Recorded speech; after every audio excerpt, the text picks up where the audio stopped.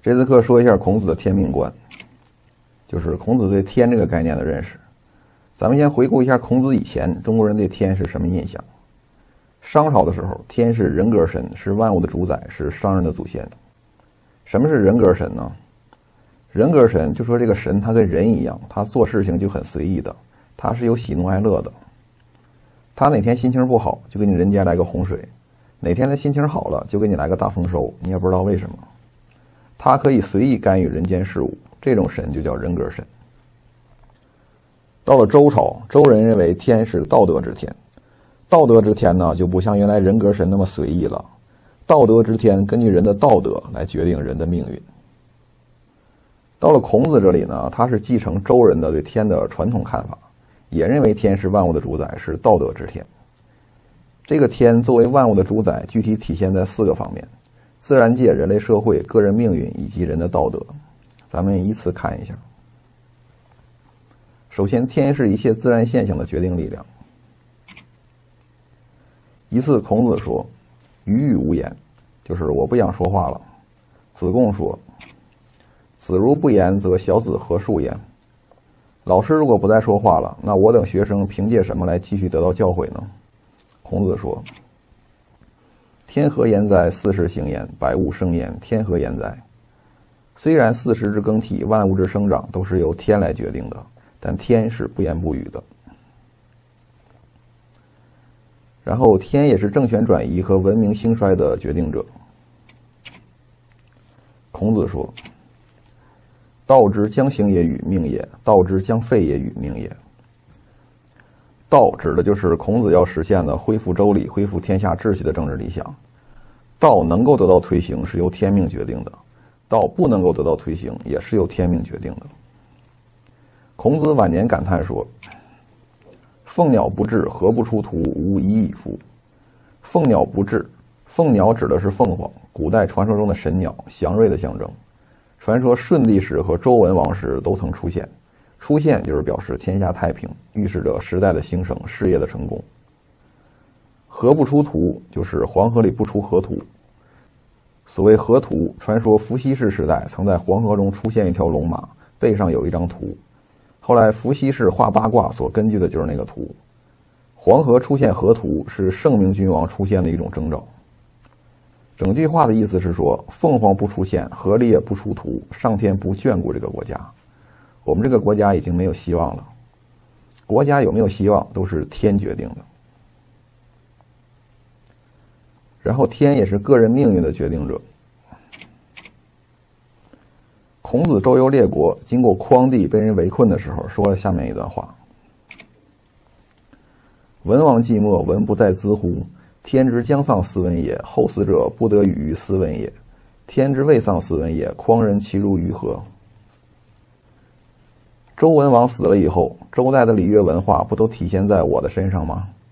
上天如果想要消灭这种文化，那我就不可能掌握这种文化了。上天如果不想要消灭这种文化，那么匡人又能把我怎么样呢？意思就是匡人不能拿我怎么样，因为天不允许。孔子的学生子夏说：“死生有命，富贵在天。”个人的生死富贵，这都是天命。最后，个人的道德也是来自于天。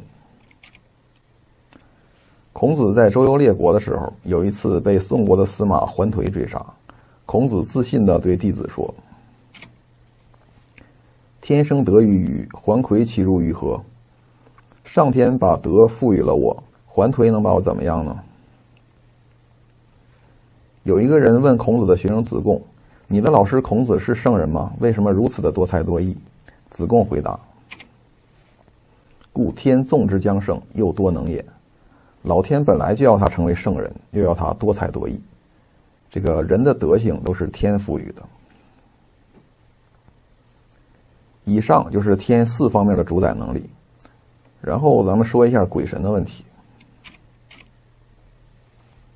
孔子对鬼神也是周人的一贯态度，就是敬鬼神而远之。子不与怪力乱神，孔子是不谈神鬼精怪这些东西的。有一次子路问孔子如何侍奉鬼神，比如我上香的时候一次应该点几根香，磕头的时候我手心是朝上还是朝下，就类似这种问题。孔子当时就有点不高兴，说未能事人焉能事鬼，说你人还没有侍奉好呢，你还跟我这谈侍奉鬼。孔子直接就把子路的问题给否了。老师把自己的问题否定了，这就说明老师对自己问这类问题非常的不满，那你就别继续问了呗。子路不解，子路继续问。子路说，老师你再给我讲讲死是怎么回事，人死了之后有没有灵魂，灵魂是怎么投胎的，老师您给我讲讲。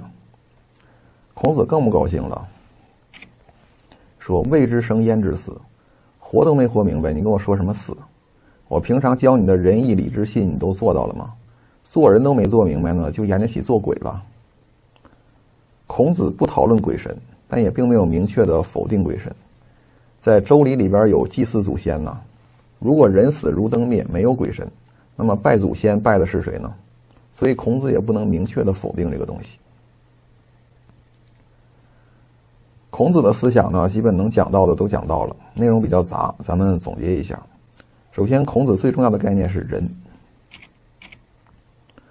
人分这么几部分，从情感上来说是爱人，爱人以孝悌为根本，然后还要泛爱众，这个泛爱众是有差等的，然后人还包括忠恕之道，忠是体，恕是用，忠是无私为人，尽心任事，恕是体谅别人，换位思考。恕又包括己欲立而利人和己所不欲，勿施于人。人在行动上就表现为克己复礼，然后中庸之道，另外还有其他美德，这是人。然后礼，礼就是周礼了，各种的规定，这是从伦理学的角度讲人和礼。从政治哲学的角度呢，人就对应德治，德治又包括以德教化民众和君主自己要有德。然后礼就是证明。咱们把人和礼归到一块儿，叫做应然。与应然相对的是必然。所谓应然就是应该如此，所谓必然就是必然如此。应然是人的道德自觉，必然是事物的客观限制。你觉得这件事情是对的，应该这么做，这么做是道德的，是正义的，是应该的，这就是应然。虽然你觉得应该这样，但事情实际上并不一定按照你希望的那样发展。事物的发展它是有自己的客观规律的，根据之前的各种因缘，必定会发生某一结果，这就是必然。具体到孔子这里呢，应然就是人和礼，必然就是自然界、人类社会以及个人命运。无论是应然的道德还是必然的客观事物，它们都受天命的主宰。这样通过这一张图，把整个孔子的哲学都给串到一起了。最后说一下应然和必然的关系。人虽然有道德意识，有主宰性，但在具体的人生历程中，你的个人命运并不是你自己能完全决定的，有种种不为人的自觉所能控制的限制。这个世界不是你想怎么样就能怎么样的。那对于这种限制，我们应当持一个什么样的态度呢？这是一个很大的问题。孔子对此问题的看法总结起来4个字：义命分立。义就是正义、正当、正确，就是应然的；命就是狭义的命了，专门指这个必然。义命分立，就说我们应该把应然和必然分开。怎么分呢？孔子说：道之将行也与命也，道之将废也与命也。这句话之前引用过，道是将行还是将废，这个完全是天命。道之将行是合乎义的，是正确的；道之将废是不合乎义的，是不正确的。但道应该实行是一回事儿，道在现实中能否真正实行是另一回事儿。道应该实行是价值是非问题，道在现实中能否真正实行是事实问题。孔子划定了义与命的区别，认为人所能负责的只在于是非，而不是成败。人做事情应该不计成败，唯求完成道德义务。孔子的这种态度，当时人是很不能理解的，因此经常遭到讥讽。子路宿于石门，臣闻曰：昔自。子路曰：自孔氏。曰：是知其不可而为之者与？子路在石门过夜，守城门的人问：从哪里来？子路说：从孔氏那里来。守门人说：“就是那个明知做不到却还是要做的人吗？”大家就嘲讽孔子，说他是知其不可而为之，好像是挺傻的，实际上是不了解孔子在乎的并非成败，而是对错。孔子自己说：“君子之事也，行其义也，道之不行，以知之矣。”君子做官为国家效力，是因为这样做是正确的，是应该的。至于我推行的道其实是行不通的，这一点我早就知道了。孔子他知道自己复周礼这个主张实现不了，但孔子依然要做这件事情。孔子一生最重要的事业是推行他的政治理想，恢复周礼。虽然他周游列国，一连走访了13个国家，都被拒之门外，但他始终没有放弃自己的理想。孔子临死的时候说：“天下无道久矣，莫能宗禹。”天下无道已经很长时间了，我希望能用我的政治主张来让这个乱世恢复太平，可惜大家都不听我的。这就是孔子，一个永不妥协的失败者。我知道我不会成功，但我也要坚持做我认为正确的事，哪怕最后失败。最后用6个字总结孔子：尽人事，听天命。先休息一下。